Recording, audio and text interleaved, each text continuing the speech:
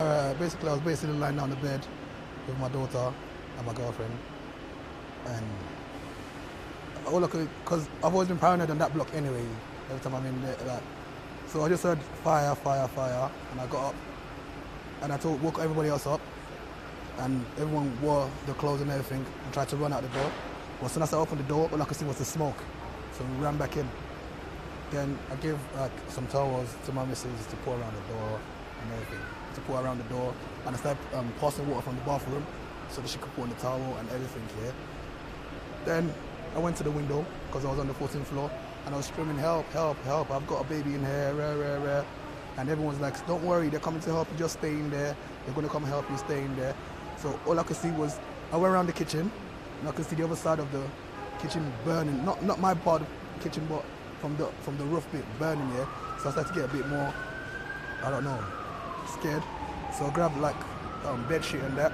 I took about 14 bed sheets, tied everything together, tied it around the window, and I actually went through the window and I told my girlfriend to pass my daughter, and my daughter wouldn't come because she was so scared of the height.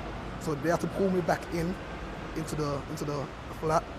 Then I took some a cloth, carried my daughter, tied her behind on my back and everything here. Then the fire brigade came and they brought 4 people into my apartment because they thought like my apartment was the safest place for them to be on the 14th floor. They lived on my floor, so they thought that was the safest place for them to be. So once they got in my apartment, then they were trying to stop me as well, yeah, from coming through the window, because I was thinking to myself, yeah, there's no way we're gonna make it, yeah. I could see the thick smoke. One of the men that they brought in my apartment, the smoke on his face was actually covered with smoke. I just took him in the front room, and then I showed this picture earlier. I took him in the front room. I just sat him there. I knew he was gonna die anyway, because I didn't think he was gonna have the strength to run in case we had to run or anything. So I just left him there. There was another woman with a little child in my house. My neighbor Zainab. She had a little 2-year-old son as well in my house. Then there's these 2, I don't know if you heard about the 2 Syrian refugees. They lived right next door. And one of them was sitting on the bed, just reading his Quran. He didn't want to run. So I tied my child now behind my back. And while I'm doing this, I'm still sitting, I'm going next to the window screaming, oh, I've got 2 children here, help, help, 14th floor, 14th floor. Then the fire brigade came again into the house after they brought the people in already, yeah, and told us to run out, yeah, because I could see the clouding on the house. I could see it dropping from my window, yeah, so it was getting a bit scarier. So they told us to run out, yeah.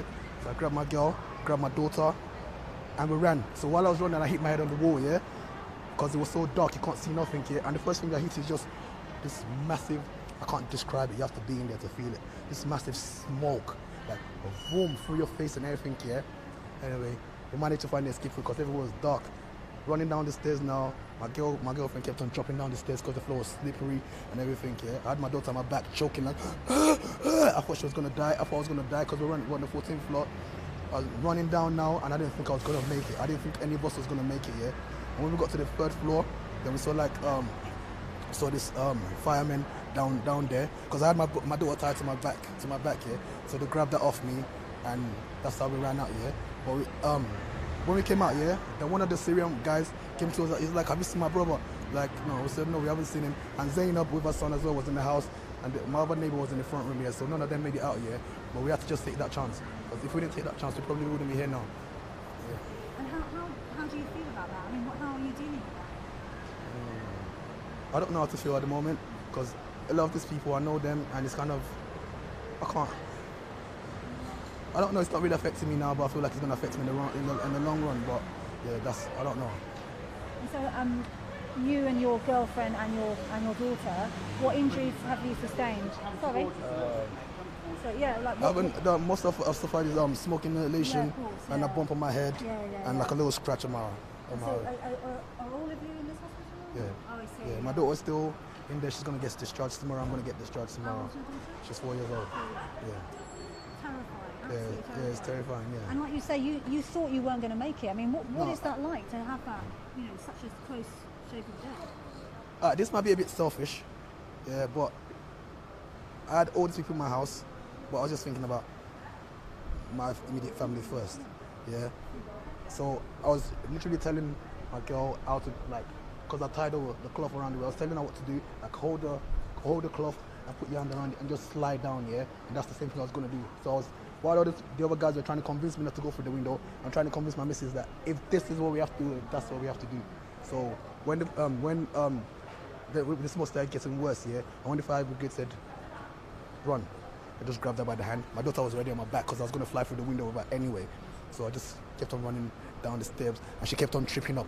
But listen, I can't believe we're alive. Because when I got downstairs and I remember the little kid on the bed, because the little boy was lying on my bed, yeah. And I just thought, maybe if I'd carried him, but I don't know. As you say, you've just got to help your family, you've got to try and get out, you know, you did what you could, you know, you couldn't see anything anyway. No, I couldn't see anything. Even the first time I opened the door, like I thought, yeah, we could just run down through the stairs, and as soon as I opened the door, I just saw this smoke. That's the scariest thing. And I'm looking there like, I was trying to be strong. Like I was thinking, no, we're gonna die, but let me just be. I went in the kitchen, and it was when I actually went in the kitchen, I saw the smoke from the other side, and I just tried to keep it to myself and not say anything, don't get anyone scared. That's when I started taking all the bedspread together, started tying them all together, tying the picture. It was so long, anyone I see, just tie them together, put it through the window. Listen here, I wasn't gonna die without trying. That's just it. I wasn't gonna die without trying.